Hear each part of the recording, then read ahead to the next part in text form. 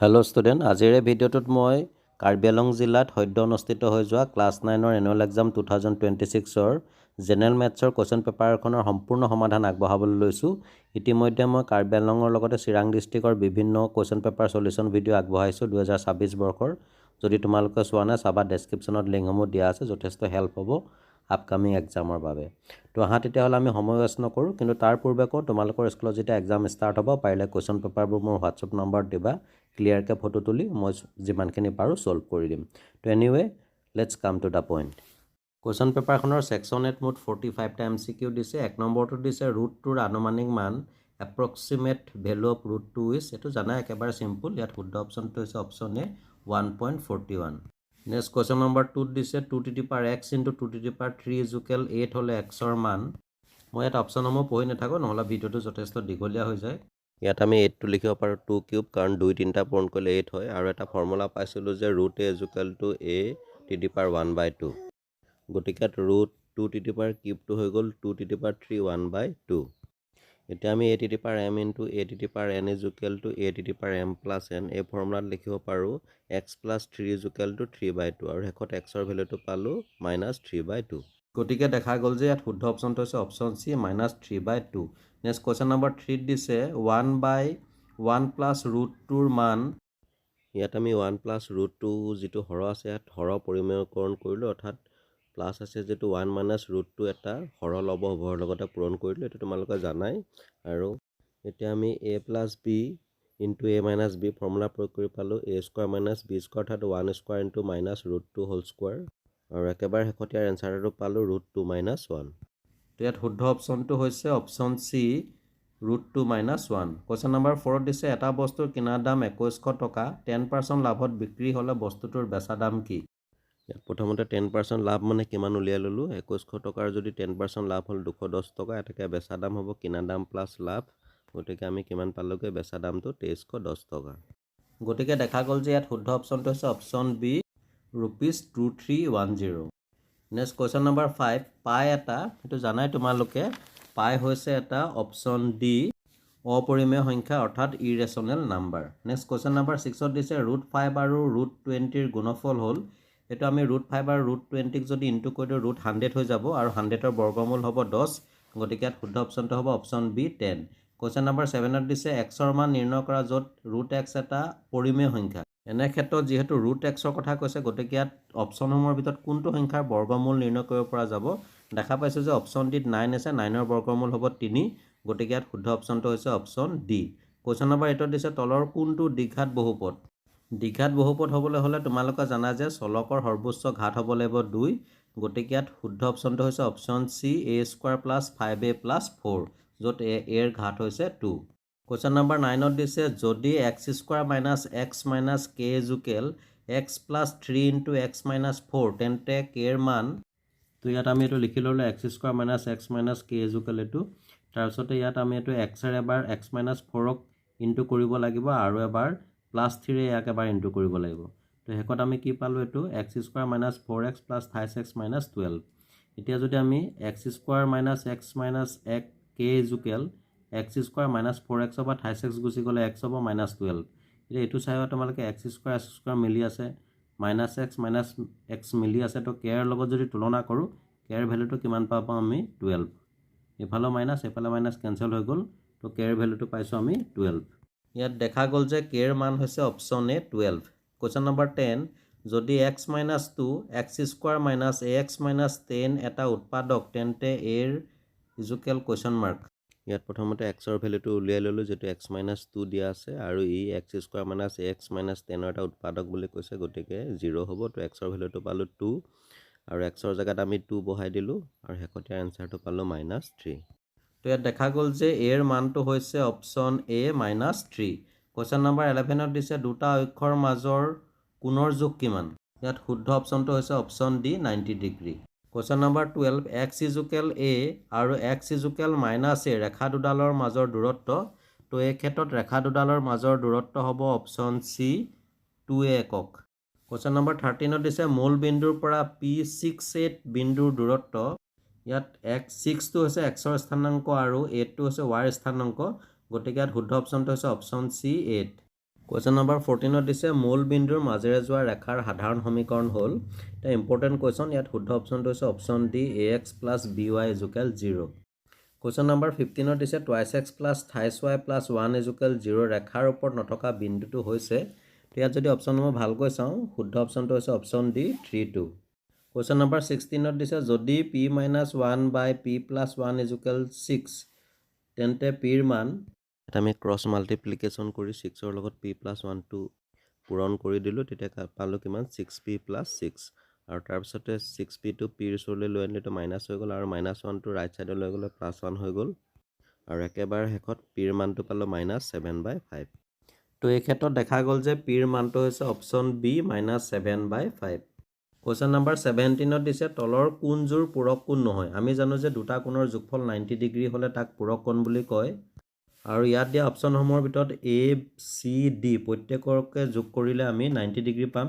কিন্তু অপশ্যন বিত যোগ কৰিলে আমি 91 ডিগ্ৰী পাম গতিকে এইটো পূৰক কোণ নহয় চ' শুদ্ধ অপশ্যনটো হ'ব option B 57 degree 34 degree question number 18 যদি দুটা পূৰক কোণ 1:4 অনুপাতত আছে তেন্তে কোণ দুটাৰ মাপ ইয়াত আমি ধৰি ল'লোঁ পূৰক কোণ দুটাৰ মাপ কমে x + 4x আৰু পূৰক কোণৰ যোগফল যিহেতু 90 ডিগ্ৰী হয় গতিকে x + 4x = 90 ডিগ্ৰী 5x = xৰ ভেলুটো পালোঁ 18 এনেকৈ পূৰক কোণ দুটাৰ মাপ হ'ব x 18 ডিগ্ৰী আৰু 4x মানে 4 লগত 18 পূৰণ কৰি পালোঁ 72 ডিগ্ৰী গতিকে দেখা গ'ল যে ইয়াত শুদ্ধ অপশ্যনটো হৈছে option C 18 degree 72 degree next question number 19 দিছে যদি এটা ত্ৰিভুজৰ বহিঃকোণ এটাৰ মাপ 120 ডিগ্ৰী আৰু দুটা বিপৰীত অন্তঃকোণ সমান তেন্তে প্ৰতিটো কোণৰ মাপ আমি জানো যে ত্ৰিভুজৰ বহিঃকোণৰ মাপ ইয়াৰ বিপৰীত অন্তঃকোণ দুটাৰ মাপৰ সমান এতিয়া যিহেতু বহিঃকোণটোৰ মাপ 120 ডিগ্ৰী কৈছে গতিকে বাকী দুটা কোণৰ মাপ হ'ব 60 ডিগ্ৰী গতিকে ইয়াত শুদ্ধ অপশ্যনটো হৈছে অপশ্যন এ 60 ডিগ্ৰী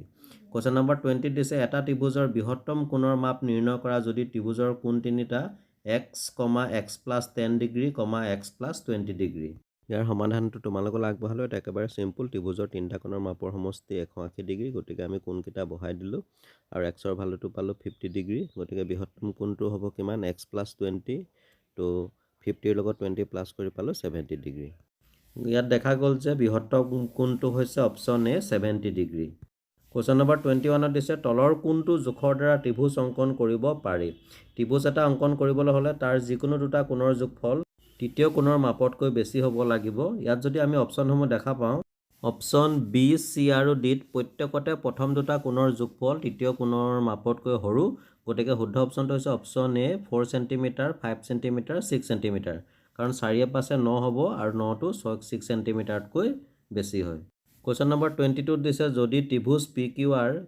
PQ সমান PR আৰু R এংগল R = 50 ডিগ্ৰী তেন্তে Pৰ মান ইয়াত আমাক ত্ৰিভুজ PQRৰ PQ সমান PR দিয়া আছে অৰ্থাৎ এইটো এটা সমদ্বিবাহু ত্ৰিভুজ হয় আৰু সমদ্বিবাহু ত্ৰিভুজৰ আমি জানো যে সমান বাহুৰ বিপৰীত কোণ দুটা সমান যদি এই কোণটো 50 হয় তেতিয়াহ'লে ইয়াৰ যিটো বিপৰীত কোণ এইটো কি হ'ব 50 হ'ব তো এই দুটা হৈ গ'ল 50 50 100 আমি জানো যে ত্ৰিভুজৰ তিনিটা কোণৰ মাপৰ সমষ্টি 180 ডিগ্ৰী গতিকে 180 পৰা যদি আমি 100 মাইনাছ কৰি দিওঁ পি কোণটোৰ মান পাম কিমান 80 ডিগ্ৰী চ' ইয়াত পিৰ মানটো পালোঁ option C 80 degree question number 23 দিছে ট্ৰাইংগুল ABCৰ বৃহত্তম বাহুৰ দৈৰ্ঘ্য নিৰ্ণয় কৰা যাতে এংগুল A 35 ডিগ্ৰী আৰু এংগুল B 65 ডিগ্ৰী তো ইয়াত ত্ৰিভুজ ABCৰ A কোণটো দিছে 35 ডিগ্ৰী আৰু B কোণটো দিছে 65 ডিগ্ৰী যদি আমি ত্ৰিভুজটো ভালকৈ চাওঁ এই ক্ষেত্ৰত বৃহত্তম বাহুটো হ'ব AB তো এই ক্ষেত্ৰত দেখা গ'ল যে শুদ্ধ অপশ্যনটো হৈছে অপশ্যন এ AB কুৱেশ্যন নম্বৰ 24 দিছে ট্ৰাইংগুল XYZ ত XY = 12 YZ = 8 ZX = 10 আৰু ট্ৰাইংগুল XYZ = ট্ৰাইংগুল ABC তেন্তে ACৰ মান ইয়াত এইটো ত্ৰিভুজ হৈছে XYZ এইটো হৈছে ABC ইয়াত XYৰ মানটো দিছে 12 YZৰ মানটো দিছে 8 আৰু XZৰ মানটো দিছে 10 এই দুটা কম্পেয়াৰ কৰোঁ অৰ্থাৎ তুলনা কৰোঁ তেতিয়াহ'লে XZৰ লগত কোনটো মিলিব এইটো AC তো এইটো যদি 10 হয় ACৰ মানটো কিমান হ'ব 10 হ'ব তো ইয়াত ACৰ মানটো হৈছে অপশ্যন ডি 10 কুৱেশ্যন নম্বৰ 25 দিছে ত্ৰিভুজ PQRৰ কালি 100 চেণ্টিমিটাৰ স্কোৱাৰ আৰু PT এডাল মধ্যমা ট্ৰাইংগুল PTOৰ কালি ইয়াৰ সমাধানটো তোমালোকক আগবঢ়ালোঁ ইয়াত মই সম্পূৰ্ণখিনি কথা এক্সপ্লেইন কৰি দিছোঁ নিশ্চয় তোমালোকে বুজি পাইছাই আৰু যদি কিবা বুজি নোপোৱা কমেণ্ট কৰিবা তো এনিৱে আমি ত্ৰিভুজ PTQৰ কালি পালোঁ কিমান 50 চেণ্টিমিটাৰ স্কোৱাৰ তো ইয়াত আমি ট্ৰাইংগুল পিটিঅ'ৰ কালি পালোঁ option C 50 centimetre square. Question number 26 ABCD সামান্তৰিকত এংগুল A ইকুৱেল 75 ডিগ্ৰী হ'লে angle C equal question mark. এইটো একেবাৰে চিম্পুল হয়। আমি জানো যে সামান্তৰিকৰ বিপৰীত কোণবোৰৰ মাপ সমান, গতিকে এৰ বিপৰীত কোণ চিৰ মানটো হ'ব option D 75 degree. Question number 27ত দিছে ABCD চতুৰ্ভুজৰ এংগুল A ইকুৱেল 60 ডিগ্ৰী আৰু angle BC angle C angle D equal 2:3:7 হ'লে এংগুল A ৰ মান। এই কুৱেশ্যনটোত এটা মিষ্টেক হৈ আছে, কাৰণ এংগুল A ৰ মানটো 60 ডিগ্ৰী দিয়ে দিছে। তো বাকী কোনটো কোণৰ মাপ তলত দিয়া অপশ্যনসমূহৰ ভিতৰত পাওঁ আমি চাব লাগিব। তো আমাক এইটো চতুৰ্ভুজটো ধৰি লৈছোঁ। এই কোণ ইয়াত আমাক দিয়া আছে যে এই কোণটো 60 ডিগ্ৰী আৰু বাকী কোণকেইটা আছে 2:3:7। গতিকে এটাক আমি ধৰিলোঁ এটা 2x, এটা ধৰিলোঁ 3x আৰু এটা ধৰিলোঁ 7x। এতিয়া জানো যে চতুৰ্ভুজৰ চাৰিটা কোণৰ মাপৰ সমষ্টি 360 ডিগ্ৰী। মানবিলাক বহাই দিলোঁ এৰ জেগাত 60, বাকী বিৰ জেগাত 2x, চিৰ জেগাত 3x আৰু এংগুল ডিৰ জেগাত 7x। গোটেইকেইটা পালোঁ আমি টোটেল 12x আৰু এই প্লাছ 60টো এইফালে লৈ মাইনাছ হৈ গ'ল। তো 300 হ'ল। এক্সৰ লগত 12টো ইনটু হৈছে, এইফালে লৈ হৰণ হৈ যাব। 12 300 কিমান বাৰ গ'ল? 25 বাৰ, 25 ডিগ্ৰী। এটাকে এংগুল বি কোণটোৰ মান কিমান হ'ব? 50 ডিগ্ৰী। কিন্তু তাত এংগুল A বুলি দিছে, এনচাৰ হ'ব লাগে এইটো এংগুল B হ'ব লাগিছিলে, প্ৰিণ্টিং মিছ হৈছে।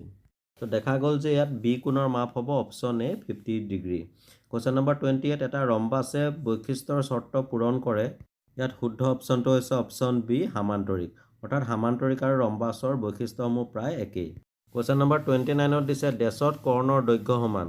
ইয়াত শুদ্ধ অপশ্যনটো হৈছে অপশ্যন A আয়ত, অৰ্থাৎ আয়তত কৰ্ণৰ দৈৰ্ঘ্য সমান। কুৱেশ্যন নম্বৰ 30ত দিছে সামান্তৰিকৰ কালি। ইয়াত সামান্তৰিকৰ কালিৰ ফৰ্মুলাটো হ'ব অপশ্যন বি ভূমি পূৰণ উন্নতি, বেছ into altitude.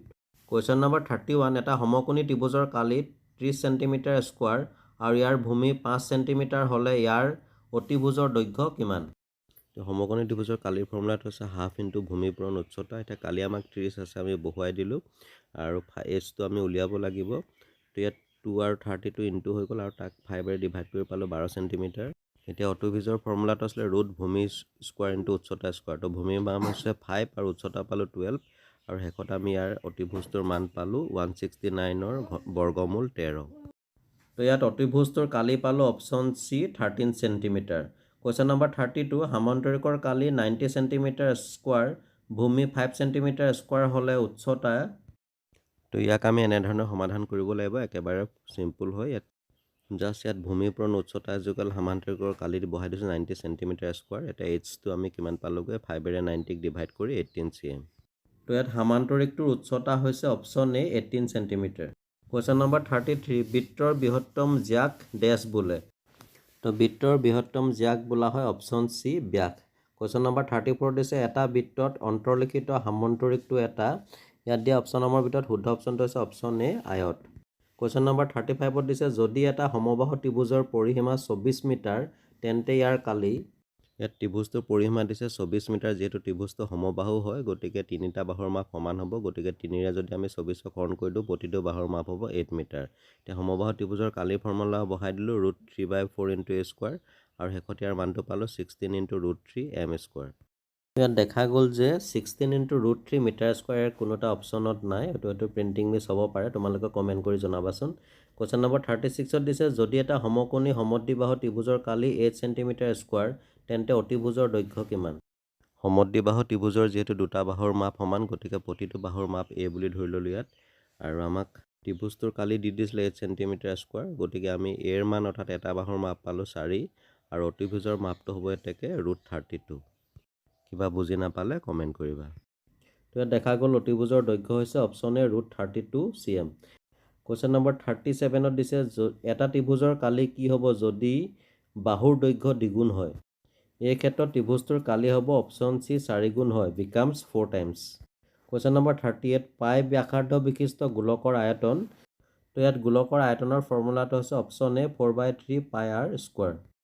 Next question number 39 এটা আয়তীয় ঘনকৰ দিশ, প্ৰস্থ আৰু উচ্চতা ক্ৰমে 30 সেণ্টিমিটাৰ, 20 সেণ্টিমিটাৰ আৰু 40 সেণ্টিমিটাৰ হ'লে ইয়াৰ পৃষ্ঠকালি কিমান?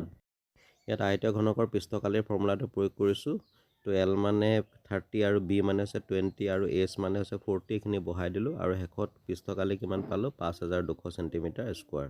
এইটো এইবিলাক MCQ হয়, গতিকে বৰ বিশেষভাৱে ইয়াত মই দেখাই দিয়া নাই, কাৰণ এনে সময় অপচয় কৰি লাভ নাই। গতিকে দেখা গ'ল যে এই ক্ষেত্ৰত আয়তীয় ঘনকটোৰ পৃষ্ঠকালি হৈছে option B 5200 centimetre square. Question number 40 দিছে এটা অৰ্ধগোলকৰ আয়তন নিৰ্ণয় কৰা যাৰ ভূমিৰ পৰিধি টুৱাইচ পাই হয়। অৰ্ধগোলকৰ ভূমিৰ পৰিধি দি দিছে টুৱাইচ পাই। এতিয়া অৰ্ধগোলকৰ ভূমিৰ পৰিধি নিৰ্ণয়ৰ ফৰ্মুলাটো হৈছে টুৱাইচ পাই আৰ। গতিকে ইয়াত টুৱাইচ পাই আৰ ইজুকেল টুৱাইচ পাই হ'ব, আৰু দুইফালে টুৱাইচ পাই কেঞ্চেল হৈ গ'লে আৰৰ ভেলুটো পালোঁ 1। এতেকে অৰ্ধগোলকটোৰ আয়তন ভি ইজুকেল, ইয়াত আমি অৰ্ধগোলকৰ আয়তন নিৰ্ণয়ৰ ফৰ্মুলাটো প্ৰয়োগ কৰি দিলোঁ, আৰৰ জেগাত বহাই দিলোঁ 1, আৰু শেষত ইয়াৰ আয়তনটো পালোঁ টুৱাইচ পাই বাই 3। তো ইয়াত অৰ্ধগোলকটোৰ আয়তন পালোঁ আমি option B twice pi by 3। Question number 41 এটা পৰীক্ষাত 10জন ছাত্ৰই পোৱা নম্বৰবোৰ তলত দিয়া ধৰণৰ। তো ইয়াত আমাক নম্বৰসমূহ দি দিছে, আৰু ইয়াৰ পৰা আমি বিস্তাৰ নিৰ্ণয় কৰিব লাগে। এইটো একেবাৰে চিম্পুল, সৰ্বাধিক মানৰ পৰা সৰ্বনিম্ন মানটো বিয়োগ কৰিলে আমি ব্যাপ্তি পাওঁ। তো ইয়াত আমি ব্যাপ্তি পালোঁ 52। তো দেখা গ'ল ইয়াত বিস্তাৰ হৈছে অপশ্যন চি 52। কুৱেশ্যন নম্বৰ 42 90ৰ পৰা 99 শ্ৰেণীৰ অন্তৰালৰ নিম্নসীমা কি? এইটো একেবাৰে চিম্পুল হয়। ইয়াত 90টো হৈছে নিম্নসীমা আৰু 99টো হৈছে উচ্চসীমা, গতিকে শুদ্ধ অপশ্যনটো হৈছে অপশ্যন এ 90। কুৱেশ্যন নম্বৰ 43 দিছে তলৰ তথ্যবোৰৰ বহুলক কি? তো ইয়াত আমি তথ্যসমূহ যদি ভালকৈ চাওঁ 2 to হাইষ্ট 6 টাইমছ পাইছোঁ, অৰ্থাৎ 6 বাৰ পাইছোঁ, গতিকে ইয়াৰ বহুলকটো হ'ব অপশ্যন এ 2। কুৱেশ্যন নম্বৰ 44 অসম্ভৱ ঘটনাৰ সম্ভাৱিতা কিমান? তো অসম্ভৱ ঘটনাৰ সম্ভাৱিতা হ'ব অপশ্যন বি 0। কুৱেশ্যন নম্বৰ 45 এটা লুডু গুটি এবাৰ দলিওৱা হ'ল, মৌলিক সংখ্যা পোৱাৰ সম্ভাৱিতা কিমান? তো লুডু গুটিত থকা তলসমূহৰ ভিতৰত মৌলিক সংখ্যা হৈছে 2, 3, 5, অৰ্থাৎ 3টা আছে, আৰু লুডু গুটিত মুঠ সংখ্যা থাকে 6, গতিকে 3/6 হ'ব, আৰু ইয়াক আমি যদি কেঞ্চেল কৰোঁ 1/2 হ'ব। So' here the correct option is option D 1/2। তো MCQ পাৰ্টটো ইমানতে শেষ হৈছে। নেক্সট কুৱেশ্যন নম্বৰ 46ত দিছে সংখ্যা ৰেখাত √3ৰ অৱস্থা নিৰ্ণয় কৰা। এইটো তোমালোকে নিজে প্ৰেক্টিছ কৰিবা, অকল √3 নহয়, লগতে √2 আৰু √5ও তোমালোকে ঘৰত প্ৰেক্টিছ কৰি যাবা, যিকোনো এটা পৰীক্ষাত আহিবই। Question number 47 x³ + 28x² + 28x + 1ক x + 1ৰে হৰণ কৰিলে ভাগশেষ কিমান পোৱা যাব? ইয়াত আমি x + 1এ x³ + 28x² + 28x + 1ক হৰণ কৰি ভাগফলটো কিমান পালোঁ? 0। বাকী হৰণটো মই ভালকৈ দেখাই দিছোঁ, যদি কিবা বুজি নোপোৱা কমেণ্ট কৰিবা। নিশ্চয় তোমালোকে এনেকুৱা ধৰণৰ প্ৰশ্ন কৰি চাই বুজি পাবা বুলি মই ভাবি লৈছোঁ। কুৱেশ্যন নম্বৰ 41ত দিছে যদি x + y + z = 0 দেখুওৱা যে x³ + y³ + z³ = 28xyz। ইয়াৰ সমাধানটো তোমালোকলৈ আগবঢ়ালোঁ। ইয়াত কেৱল x + y + z = 0 দিছে, গতিকে আমি তাৰ জেগাত 0 বহাই দিলোঁ, আৰু 0ৰ লগত যিকোনো সংখ্যা পূৰণ কৰিলে 0 হ'ব, আৰু শেষত 3xyzটো ৰাইট ছাইডত লৈ আনিলোঁ। তেতিয়া আমাৰ প্ৰুভ হৈ গ'ল যে x³ + y³ + z³ = 3xyz। Question number 49 লেখ কাগজত সংস্থাপন কৰা। ইয়াত দুটা বিন্দু বহুৱাবলৈ দিছে লেখ কাগজত। এটো দিছে -4, -3, আৰু বিটো দিছে 5, 1। এইটো তোমালোকে নিজে ট্ৰাই কৰিবা। কুৱেশ্যন নম্বৰ 50 দিছে চিত্ৰত এংগুল PQR = এংগুল PRQ। প্ৰমাণ কৰা যে এংগুল PQS = এংগুল PRT। ইয়াৰ সমাধানটো তোমালোকলৈ আগবঢ়ালোঁ। তোমালোকে এটা কথা মনত ৰাখিবা যে কোনো এডাল ৰেখা আন এডাল ৰেখাই কাটিলে এযোৰ ৰৈখিক জোড়াকোণ উৎপন্ন হয়, আৰু ৰৈখিক জোড়াকোণৰ মাপ সদায় 180 ডিগ্ৰী হয়। ইয়াত আমি সেই চৰ্তটোকে প্ৰয়োগ কৰি সমীকৰণ 1 আৰু সমীকৰণ 2 দুটা বনাই ল'লোঁ, আৰু শেষত আমি 1 আৰু 2ৰ পৰা কি পালোঁ? যিহেতু PQR = PRQ দিয়া আছে, গতিকে আমি PRQৰ জেগাত PQR বহাই দিলোঁ, আৰু দুইফালে PQR কেঞ্চেল হৈ গ'ল। শেষত প্ৰুভ হ'ল যে angle PQS = angle PRT। Question number 51 এটা ত্ৰিভুজৰ দুটা বাহু 18 চেণ্টিমিটাৰ আৰু 10 চেণ্টিমিটাৰ আৰু পৰিসীমা 42 চেণ্টিমিটাৰ। ত্ৰিভুজৰ কালি উলিওৱা। ইয়াত আমাক ত্ৰিভুজটোৰ পৰিসীমা দিছে 42 চেণ্টিমিটাৰ, আৰু বাকী আমি এটা বাহু ধৰিলোঁ A 18 চেণ্টিমিটাৰ, B দিছে 10 চেণ্টিমিটাৰ। বাকী C বাহুটোৰ মাপ উলিয়াবলৈ হ'লে আমি কি কৰিব লাগিব? পৰিসীমাৰ পৰা এই দুটা বাহুৰ যোগফলটো আমি কি কৰিব লাগিব? ইয়াত বিয়োগ কৰি দিব লাগিব। তো 42ৰ পৰা 18 আৰু 10 যোগ কৰি পালোঁ 28, আৰু 42ৰ পৰা 28 বিয়োগ কৰি কিমান পালোঁ আমি? 14 চেণ্টিমিটাৰ। তো C বাহুটোৰ মান পাই গ'লোঁ। গতিকে অৰ্ধ পৰিসীমা হ'ব যিটো পৰিসীমাৰ আধা। তো 2ক যদি 42ক হৰণ কৰি পালোঁ 21 চেণ্টিমিটাৰ। এতিয়া ত্ৰিভুজৰ কালিৰ যিটো ফৰ্মুলা হিৰণৰ সূত্ৰ ইয়াত প্ৰয়োগ কৰিছোঁ, আৰু সেই হিচাপত আমি লাষ্টত কি পালোঁ? বহাই দিলোঁ, এছৰ ভেলুবিলাক বহাই দিলোঁ। A মানে হৈছে 18, B মানে হৈছে 10, C মানে হৈছে 14। তো মাইনাছ কৰিলোঁ, 21ৰ পৰা 18 গ'লে 3, 21ৰ পৰা 10 গ'লে 11, আৰু 21ৰ পৰা 14 গ'লে 7। এতিয়া আমি 21টো লিখিব পাৰোঁ 3 × 7। বাকীখিনিতো চব মৌলিক সংখ্যা, আমি ভাঙিব নোৱাৰোঁ। এতিয়া 3 3 3 স্কোৱাৰ হৈ গ'ল 7 7 7 স্কোৱাৰ হৈ গ'ল আৰু কি থাকিলে 11 তো স্কোৱাৰ ৰুট কেঞ্চেল হৈ গ'ল 3 পূৰণ 7 আৰু ৰুট এইটো হ'ব 11 তো 21 into 11 centimetre square. Question number 52 দিছে তলৰ তথ্যখিনিৰ মধ্যমা নিৰ্ণয় কৰা। Find the median of the following data. উলিয়াবলৈ হ'লে আমি প্ৰথমতে তথ্যখিনি ঊৰ্ধ্বক্ৰমত সজাই ল'ব লাগিব। এতিয়া আমি কি কৰিব লাগিব, এইফালে এটা কাটিব লাগিব, ইয়াৰ পৰা এটা কাটিব লাগিব। ঠিক তেনেকৈ এইফালৰ এটা আৰু এইফালৰ এটা আমি কাটি কাটি গৈ থাকিম। ইয়াত এটা ইয়াত এটা, এইটো একেবাৰে সহজ পদ্ধতি। ইয়াত এটা ইয়াত এটা, তো এনেদৰে কাটি কাটি শেষত লাষ্টত আমি এই দুটা পালোঁ। যদি ইয়াত এটাই থাকে তেতিয়াহ'লে কাটি কাটি অৰ্থাৎ যদি অযুগ্ম সংখ্যা হয় সেইটোৱে মধ্যমা হ'ব। কিন্তু ইয়াত দুটা সংখ্যা পাইছোঁ, তেতিয়া মুঠ পদৰ সংখ্যা আছিলে কিমান 12। গতিকে মধ্যপদ দুটা হ'ব কিমান, এই দুটা যোগ কৰি আমাক ডাইৰেক্ট 2ৰে হৰণ কৰি দিলে হ'ল। একেবাৰে চিম্পুল। আৰু যদি ইয়াত একেই থাকে তেতিয়াহ'লে মধ্যমা সেইটো 18 হ'ব। তথাপিতো মই এবাৰ কৰি দেখাই দিছোঁ। তো এনেদৰে আমি যিকোনো তথ্যৰাজিৰ মধ্যমা নিৰ্ণয় কৰিব পাৰিম। কুৱেশ্যন নাম্বাৰ 53 এটা লুডুৰ গুটি দলিওৱা হ'ল, যৌগিক সংখ্যা পোৱাৰ সম্ভাৱিতা কিমান? এইটো সেই আগৰ কুৱেশ্যনটোৰ দৰে একেই। ইয়াত যৌগিক সংখ্যা হৈছে 2 4 6। ইট মিনছ টোটেল হৈছে 3 আৰু লুডু গুটিত থকা মুঠ পিঠিৰ সংখ্যা হৈছে 6। গতিকে দুইটা যদি আমি 3/6 আমি কেঞ্চেল কৰোঁ, এইটো হ'ব এনচাৰ 1/2 ইকুৱেল 0.5 আমি লিখিব পাৰোঁ। নেক্সট কুৱেশ্যন নাম্বাৰ 54 এটা মোনাত 3টা ৰঙা 2টা নীলা আৰু 7টা ক'লা বল আছে। মোনাটোৰ পৰা যাদৃচ্ছিকভাৱে এটা বল ল'লে ৰঙা বল পোৱাৰ সম্ভাৱিতা কিমান? এইটো একেবাৰে চিম্পুল হয়, তোমালোকে নিশ্চয় বুজি পাবাই। আৰু শেষত ৰঙা বল পোৱাৰ সম্ভাৱিতা অৰ্থাৎ প্ৰবেবিলিটি পালোঁ 1/4 বা 0.25। কুৱেশ্যন নাম্বাৰ 55 লেখ অংকন কৰা x - y ইকুৱেল টু, এইটো তোমালোকে নিজে কৰিবা। কুৱেশ্যন নাম্বাৰ 56ৰ 1 নম্বৰটো দিছে মূল বিন্দুৰ স্থানাংক কি? আমি জানো যে সংখ্যা ৰেখাত যিটো বিন্দুৰ পৰা দূৰত্ববিলাক চিহ্নিত কৰা হয় সেই বিন্দুটোক মূল বিন্দু অৰ্থাৎ অৰিজিন বুলি কোৱা হয়। আৰু ইয়াৰ স্থানাংক হৈছে 0,0। আৰু 2 নম্বৰটো দিছে k ৰ মান নিৰ্ণয় কৰা যদি x equal 2 y equal 1 x + 3 equal k সমীকৰণৰ সমাধান হয়।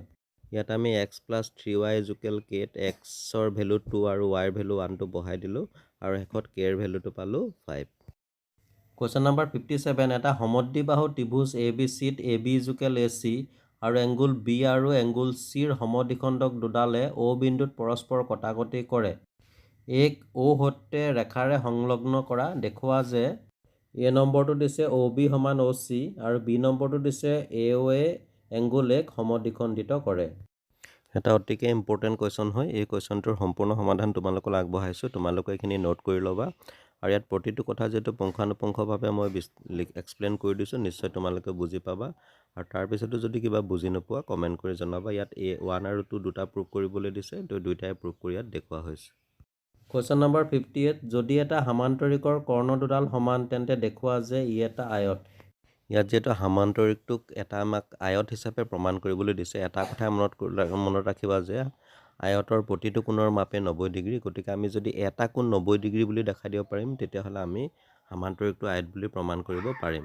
গতিকে সেই হিচাপতে সমাধানটো আগবঢ়াই নিয়া হৈছে, তোমালোকে এইখিনি চালে নিশ্চয় বুজি পাবা। নেক্সট কুৱেশ্যন নাম্বাৰ 59ত দিছে ABCD সামান্তৰিক এটাৰ বাহুবোৰৰ মধ্যবিন্দু কেইটা যদি যথাক্ৰমে E, F, G আৰু H। দেখুওৱা যে কালি EFGH equal half of Kali ABCD।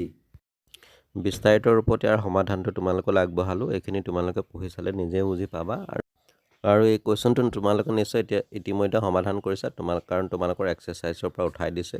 তো এইখিনি তোমালোকে ভালকৈ চাবা, নোট কৰি ল'বা। এইটো কুৱেশ্যন যথেষ্ট ইম্পৰ্টেণ্ট হয়, পৰীক্ষাত আহি যোৱাৰ সম্পূৰ্ণ সম্ভাৱনা আছে। কুৱেশ্যন নাম্বাৰ 60 দিছে প্ৰমাণ কৰা যে যদি সৰ্বসম বৃত্তৰ জ্যাই কেন্দ্ৰত সমান কোণ উৎপন্ন কৰে তেন্তে জ্যাবোৰ সমান। এইটোত উপপাদ্য 10.1 হয়, তাৰ পৰা তোমালোকে লিখি ল'বা। কুৱেশ্যন নম্বৰ 61 14 চেণ্টিমিটাৰ উচ্চতাৰ লম্ব বৃত্তকাৰ চুঙা এটাৰ বক্ৰপৃষ্ঠৰ কালিৰ বৰ্গ 88 চেণ্টিমিটাৰ। চুঙাটোৰ ভূমিৰ ব্যাস নিৰ্ণয় কৰা। ইয়াত চুঙাটোৰ উচ্চতা দি দিছে 14 চেণ্টিমিটাৰ আৰু বক্ৰপৃষ্ঠৰ কালি দিছে 88 চেণ্টিমিটাৰ স্কোৱাৰ। এতিয়া বক্ৰপৃষ্ঠৰ কালিৰ ফৰ্মুলা আছে 2 পাই RS। গতিকে আমি পালোঁ 2 পাই RS ইকুৱেল 88 চেণ্টিমিটাৰ আৰু পাইৰ মানটো হৈছে 7/22। Hটো 14 বহাই দিলোঁ আৰু শেষত Rৰ মানটো পালোঁ 1 চেণ্টিমিটাৰ। এতিয়া চুঙাটোৰ ভূমিৰ ব্যাস হ'ব 2R। R মানে পালোঁ 1, 2 × 2 2 centimetre. Next question number 62 last question. ইয়াত আমাক দিছে আসন্ন চেণ্টিমিটাৰত 50 গৰাকী ছাত্ৰৰ উচ্চতা তলত উল্লেখ কৰা ধৰণে পোৱা গ'ল। তো ইয়াত আমাক 50 গৰাকী ছাত্ৰৰ উচ্চতাসমূহ দি দিছে। এতিয়া 1 নম্বৰটো দিছে 150ৰ পৰা 155, 150ৰ পৰা 160 ইত্যাদি শ্ৰেণী অন্তৰাল লৈ এখন বাৰংবাৰতা বিভাজন তালিকা প্ৰস্তুত কৰা। আৰু 2 নম্বৰ দিছে এটা স্তম্ভলেখ অংকন কৰা, ড্ৰ এ হিষ্ট্ৰগ্ৰাম। তো ইয়াত আমি এনেধৰণে বাৰংবাৰতা বিভাজন তালিকা প্ৰস্তুত কৰিব লাগিব। আমি শ্ৰেণী অন্তৰালবোৰ আমাক দিয়ে দিছে। কেৱল তোমালোকে যেতিয়া শ্ৰেণী অন্তৰালবোৰ চাই দাগ চিহ্ন মাৰি যাবা, কুৱেশ্যন পেপাৰত খুব সাৱধানে কাটিবা যাতে এটাও থাকি নাযায়। আৰু তথ্যৰ পৰা এটা ডাটা কাটোতে এডাল দাগ চিহ্ন কাটিবা, আৰু যেতিয়া 5ডাল হ'ব তো 4ডালৰ পিছত 5ডাল পথালিকৈ দিয়া হয়। এইখিনি তোমালোকে জানাই, কিন্তু এটা কথা মনত ৰাখিবা, যিহেতু মুঠ ছাত্ৰৰ সংখ্যা 50 দি দিছে, শেষত আমি যেতিয়া বাৰংবাৰতাটো মুঠ কিন্তু 50 পাব লাগিব। তাতকৈ কম বা বেছি হ'লে জানিবা তোমাৰ নিশ্চয় কিবা এটা ভুল হৈছে, কিবা এটা কাটিবলৈ থাকি গৈছে। ডিয়াৰ ষ্টুডেণ্ট, এয়া আছিল কাৰ্বি আংলং জিলাত অনুষ্ঠিত হৈ যোৱা 2026 বৰ্ষৰ এনুৱেল এক্সাম 2026ৰ ক্লাছ 9ৰ জেনেৰেল মেথছ কুৱেশ্যন পেপাৰখনৰ সম্পূৰ্ণ সমাধান তোমালোকলৈ আগবঢ়ালোঁ। যদি ভিডিঅ'টো ভাল লাগিছে লাইক এটা কৰি শ্বেয়াৰ কৰি দিবা, আৰু এনেকুৱা ধৰণৰ তোমালোকৰ হেল্পফুল বিভিন্ন ভিডিঅ' পাই থাকিবৰ বাবে যিবিলাক এডুকেশ্যন ৰিলেটেড হয়, তো চাই থাকিবা RB লাৰ্ণ কাম এণ্টাৰটেইনমেণ্ট। আন এটা ভিডিঅ'ত পুনৰ লগ পাম। আজিলৈ আহোঁ, ধন্যবাদ।